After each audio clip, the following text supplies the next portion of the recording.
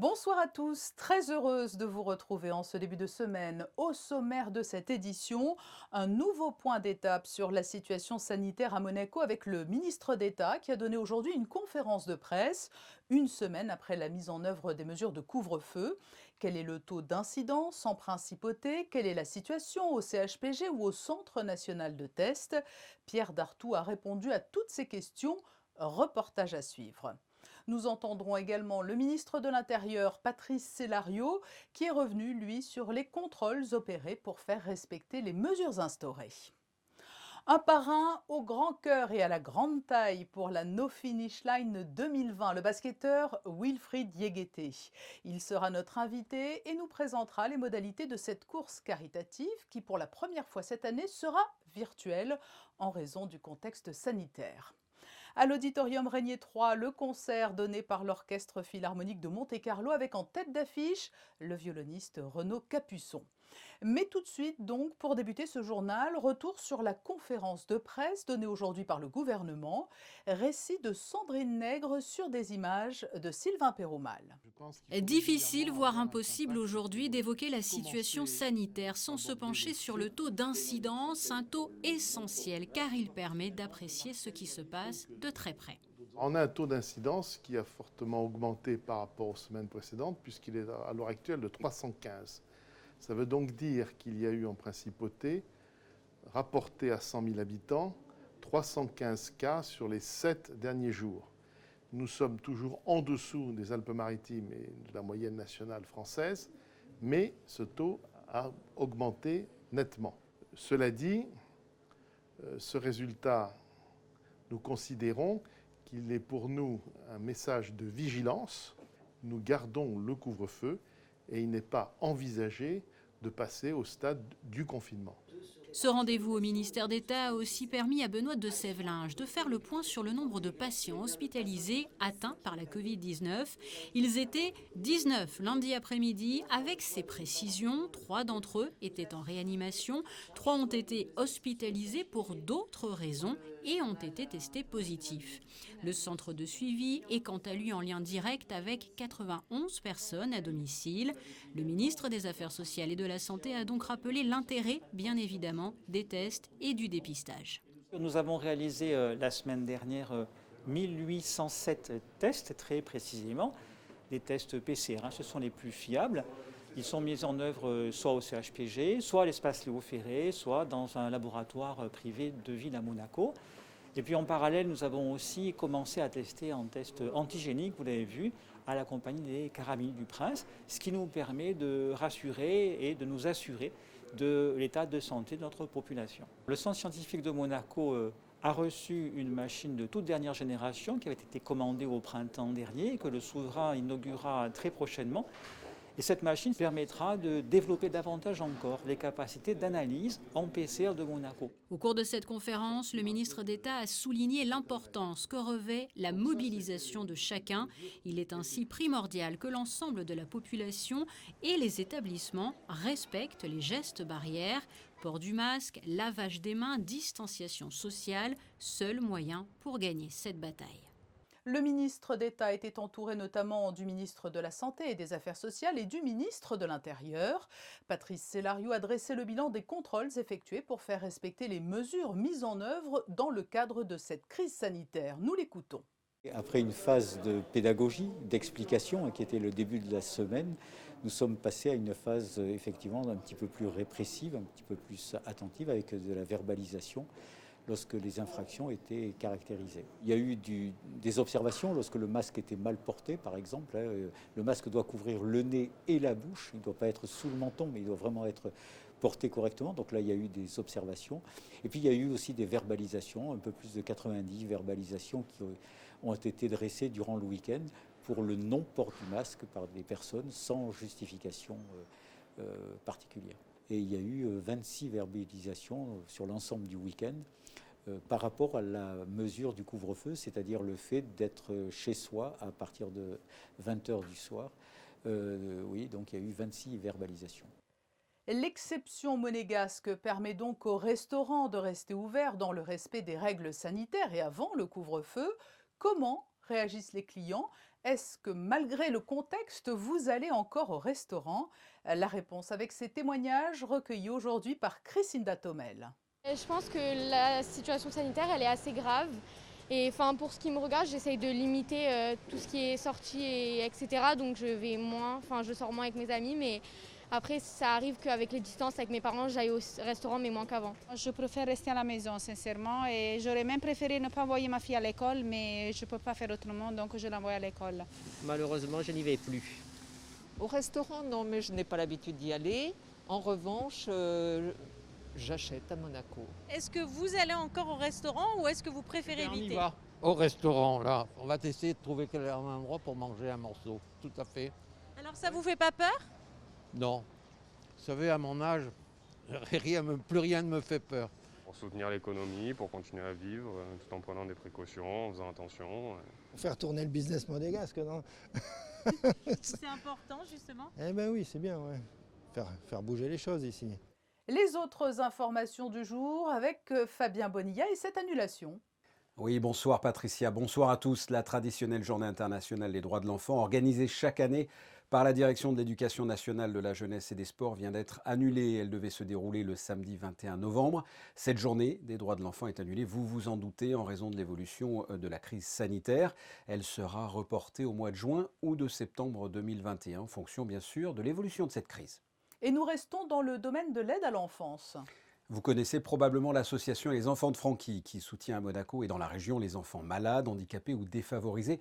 Eh bien, vous pouvez d'ores et déjà aider cette association en achetant un nez rouge ou plus exactement un smiley jaune que vous pouvez arborer sur l'antenne de votre voiture. Ils sont en vente dans les bureaux de poste, certaines pharmacies et tabac partenaires.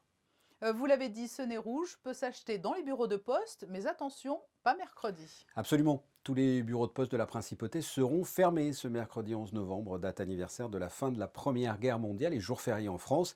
Par conséquent, la distribution du courrier, le relevage des boîtes aux lettres situées sur la voie publique ne seront pas assurés ce jour-là, mais dès le lendemain, le jeudi 12 novembre. C'est noté. C'est toujours un événement qui mobilise au mois de novembre. La formule a connu un tel engouement au cours des dernières années qu'elle s'est même exportée à l'étranger et a fait des émules. La No Finish Line a trouvé une parade pour être maintenue malgré les restrictions et s'est choisi un parrain qui brille sur les parquets. Il est avec nous ce soir. Bonsoir Wilfried Yegueté. Bonsoir, comment allez-vous? Très bien, et vous justement? Alors avant d'évoquer votre engagement aux côtés des organisateurs de la No Finish Line, comment allez-vous? Car vous achevez votre période d'isolement après avoir été testé positif. Je vais très bien, tout se passe très bien pour moi, je me sens très bien, donc on se prépare pour les nouvelles échéances qui vont arriver cette semaine. Alors cette année, vous allez être le parrain de la No Finish Line. Qu'est-ce qui vous a donné envie de vous engager au service de cette cause plus qu'une autre? Déjà, c'est une très bonne cause et je souhaiterais remercier les personnes qui m'ont aidé et qui m'ont mis dans une situation pour devenir parrain. C'est une cause qui est très bonne aussi parce que c'est une cause qui met en valeur toutes mes valeurs. Et aussi, c'est un moment important chaque année. Et je pense que pour moi, d'être le parrain, c'est vraiment un honneur. Et j'espère que ce sera un événement qui sera très bien cette année, pour qu'on ait les meilleures circonstances pour pouvoir emmener le maximum de fonds pour les enfants qui sont dans le besoin. Oui, parce que donc il y a l'aspect sportif que vous connaissez bien, et en toile de fond, le sport est mis au service de la cause des enfants, que ce soit des enfants dans les pays étrangers qui vont venir se faire opérer ici, et puis il y aura aussi les enfants des zones sinistrées dues au pays. Exactement. Donc je pense que c'est vraiment une cause qui est excellente. Et déjà, moi je suivais ça un peu l'année dernière, on a eu la chance de venir l'année dernière et de pouvoir faire un petit tour. C'est vrai que cette année les circonstances sont différentes, mais bon, il y a quand même l'événement qui va être fait et je suis vraiment impatient de voir l'engouement qu'il y aura autour de ça en espérant qu'il y ait beaucoup de monde qui puisse participer. Vous l'avez dit, c'est un peu différent cette année, alors vous allez nous expliquer comment tout va fonctionner parce que la No Finish Line 2020, elle sera virtuelle. Exactement, elle sera virtuelle, elle sera entre guillemets en ligne. Donc vous devez aller sur le site et télécharger une application. Et en fait, vous pouvez marcher, ramper, courir, faire ce que vous voulez pour essayer de récolter le maximum de kilomètres. Et c'est en fonction de ça, en fait, c'est que là qui seront récoltés, qu'il y aura des fonds qui seront récoltés pour les enfants dans le besoin. Et c'est comme ça que ce sera fait cette année. Donc ça, c'est pour les modalités logistiques. Et puis on rappelle les modalités pratiques. Le départ, c'est le 14 novembre. Le 14 novembre, du 14 au 22 novembre. Donc si tout se passe bien, j'espère qu'on aura le maximum de personnes et surtout le maximum de fonds qui seront récoltés pour cet événement. Et vous allez jongler puisque, quant à vous, Wilfried, la compétition, le championnat de Jeep Elite, cela redémarre samedi prochain. Samedi, oui, ce week-end, on redémarre, on joue contre Dijon. Malheureusement, il n'y aura pas de fans. Mais bon, on va essayer de faire le boulot et de faire en sorte qu'on ramène la victoire malgré le fait qu'on sera un peu tout seul, entre guillemets, chez nous. Vous vous sentez bien dans ce groupe et à Monaco? Oui, je me sens très bien. J'aurais aimé que les circonstances soient différentes, qu'on puisse plus jouer et qu'on puisse aussi jouer devant nos fans. Mais bon, les circonstances sont assez délicates, mais on essaie de faire avec ce qu'on a et on essaie de rester compétitif. Et moi, je me sens bien, je suis impatient de continuer. On a la chance de pouvoir continuer à s'entraîner et d'avoir la chance d'avoir un match qui va arriver. Donc, on essaie de prendre les matchs au maximum et surtout de prendre plaisir. Merci Wilfried Higuete, le parrain 2020 de la No Finish Line, dont le coup d'envoi, je le rappelle, sera donné le samedi 14 novembre. Merci Wilfried. De rien, au revoir. Et après cet entretien avec le basketteur Wilfried Higuete, restons dans le domaine sportif avec le départ hier du Vendée Globe Challenge. Le Vendée Globe, course nautique autour du monde et en solitaire. Le départ, vous le voyez, s'est déroulé dimanche en début d'après-midi à huis clos. Et c'est exceptionnel parce que d'habitude, il y a énormément de monde. La patrouille de France a quand même salué ses aventuriers. Parmi les 33 navires en compétition, pour la première fois, l'un d'entre eux est aux couleurs de Monaco, le monocoque IMOCA de la team Malizia, sous la bannière Sea Explorer Yacht Club de Monaco.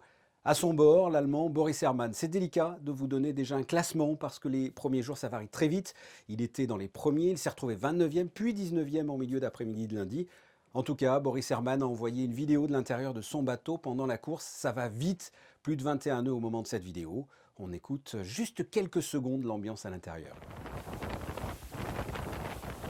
No comment. Nice start. No comment, c'est Boris Herrmann qui le dit. Je vous propose quand même d'écouter l'émotion d'un navigateur, Clément Giraud, juste avant le départ. Grosse pensée pour toute l'équipe là qui m'a... Je vais pleurer, ça y est. Parce qu'ils ont fait un boulot de taré, putain, ils ont pas compté les heures, putain. Ils ont fait un boulot de malade. Et merci d'y avoir cru, putain, on y est quoi. Allez, ça part de là. À ce moment d'émotion, on dit long, Patricia, sur la complexité et l'intensité de cette aventure mythique à travers le monde. Le record à battre est de 74 jours, 3 heures et 35 minutes, et je vous fais grâce des secondes. Et pourtant, il n'y a pas de petits détails. Nous suivrons bien sûr l'évolution de Boris Herrmann au cours de ce Vendée Globe. Nous passons à 2 résultats de sport collectif. En football, c'était le derby azuréen dimanche en fin d'après-midi. Nice recevait Monaco. Le résultat 2-1 pour la SMFC lors de cette 10e journée de Ligue 1. Une belle opération pour les Monégasques qui remontent au classement et passent devant Montpellier-Nice.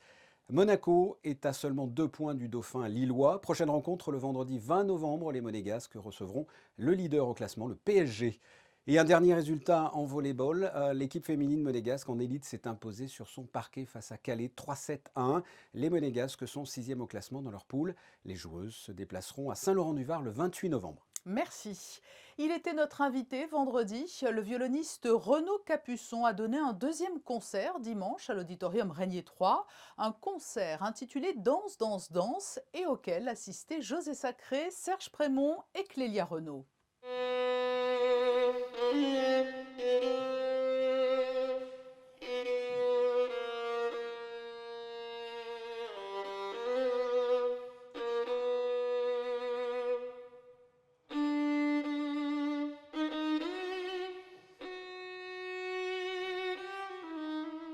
Renaud Capuçon, avec l'Orchestre Philharmonique de Monte-Carlo, interprète Tzigane de Ravel, une pièce d'une difficulté diabolique, un monstre de virtuosité.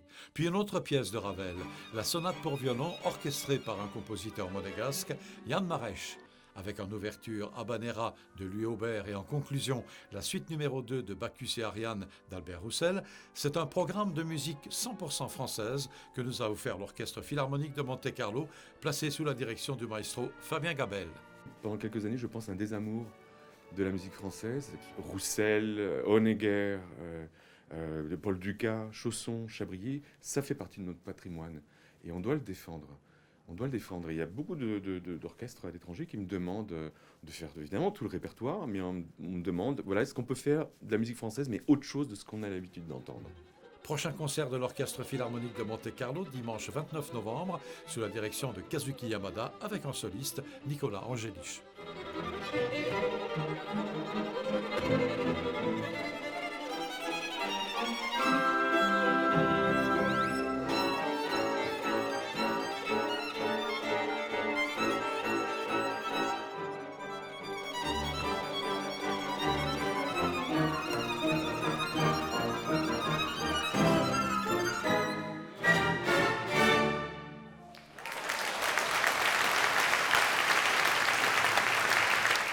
Nous retrouvons Fabien Bonilla pour les prévisions météo. À quoi peut-on s'attendre mardi ? Eh bien, la journée de mardi sera majoritairement ensoleillée, avec en principe très peu de nuages.